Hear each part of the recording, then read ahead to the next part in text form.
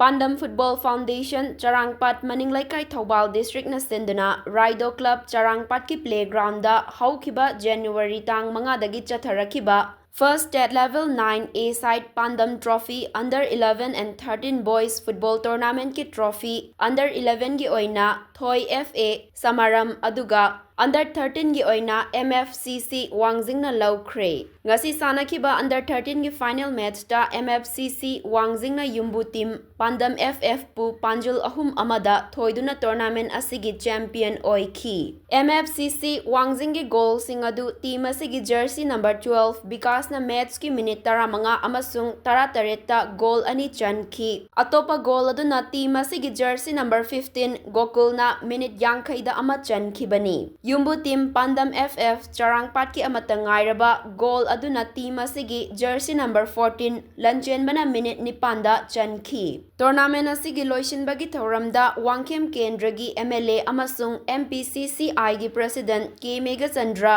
Raido Club ki President Thokchom Maimu, Administrative Committee Charangpat GP gi Chairperson Sagolsem Joychana tournament asigi champion amadi runner-up takraba team da trophy amadi sel gi mana yentoki. Tournament asigi under 11 gi final da Thoi FA Samaram na Sangai Angthabu ahum amada thoiduna champion oikre.